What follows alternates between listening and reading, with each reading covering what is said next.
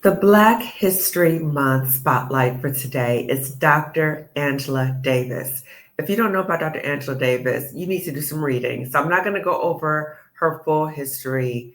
It's amazing. So I'm not going to do that. But I do want to highlight a few of her noteworthy quotes and really tie it into ways that we can really learn from these quotes in terms of the ancestors that I've reviewed already. She's not an ancestor, she's an elder, but I do want to talk about some of her quotes, her noteworthy quotes, and ways that we can be guided and inspired by these powerful quotes. So I'm going to read some of her quotes and then give some reflections. So, one, this is probably my favorite quote from her. I'm no longer accepting the things I cannot change. I am changing the things I cannot accept. So, the importance for us when we see things that are not okay, whether it be in our job, in our relationship, in society, are we just sitting back and just talking about it and complaining about it?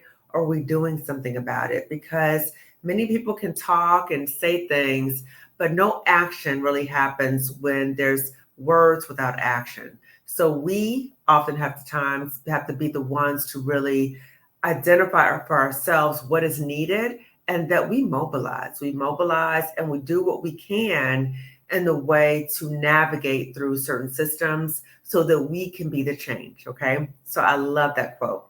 The second quote, we have to talk about liberating minds as well as liberating society.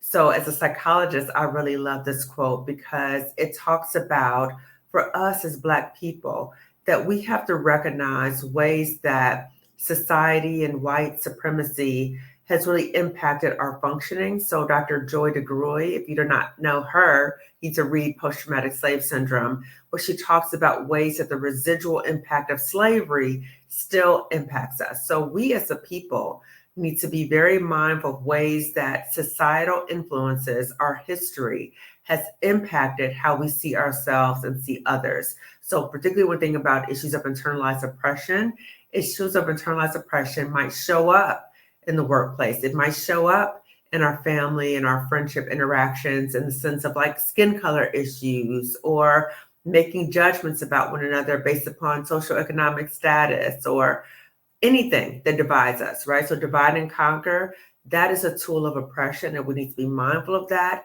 because right now we really need to be unifying right now more than ever. Okay. So we need to liberate our minds so that we can work together to liberate society. Okay.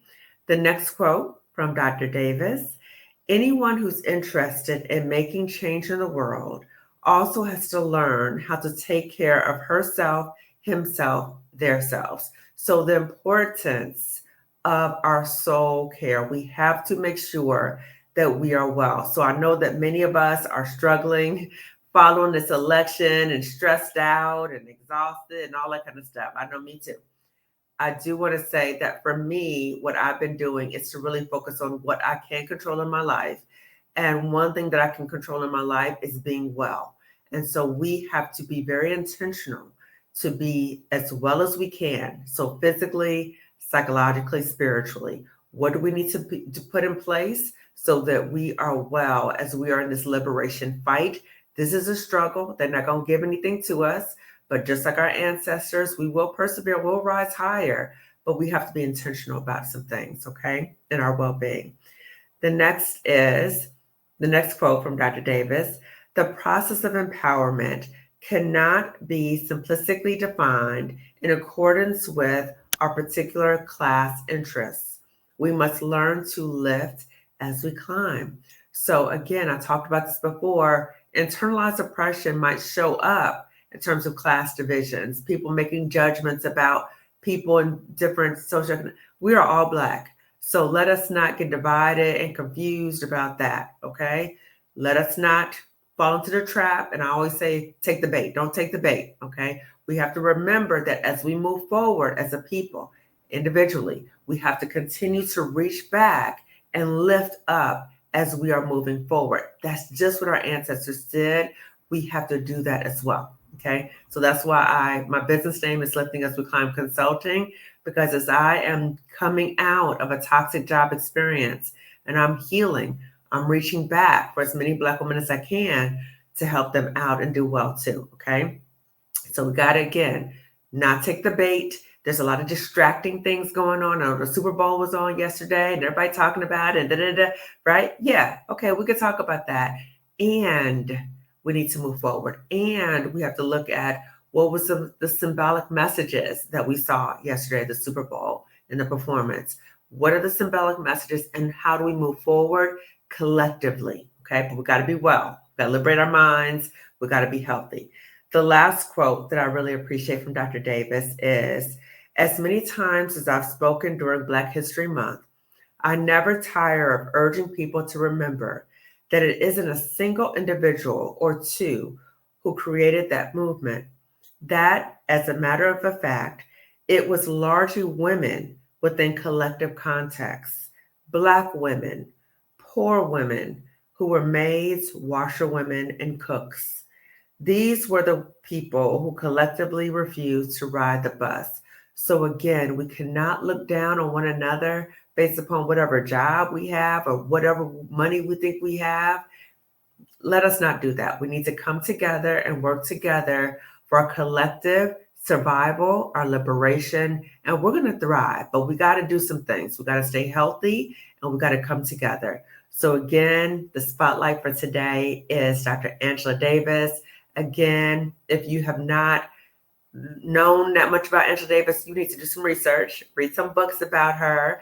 I've read some books about her. She is a phenomenal, brilliant woman, and she's a social justice advocate. She is definitely a sisters in the struggle for liberation, just as I am, just as you are. So if you don't know me already, I'm Dr. Kamani. I'm a toxic job survivor, but more importantly, even though I'm a licensed clinical psychologist and I've been doing this for more than 20 years, more importantly, I'm a toxic job liberator for Black women. So I am reflecting on our ancestors and helping myself heal myself, but I'm also doing whatever I can to help heal us as a people. And my hope is that you are doing whatever you can to help heal yourself, your family, your communities that you're involved in, and for us as a people to come together. Okay, so please give this video a thumbs up and share this video with other people who might be interested in this information. And I'll be coming on again throughout this month, highlighting a different Black woman in the history of our existence in the United States, and really talking about ways that we can learn from these brilliant Black women who are sisters in the struggle for liberation. Okay, I'll see you later. Take care. Bye-bye.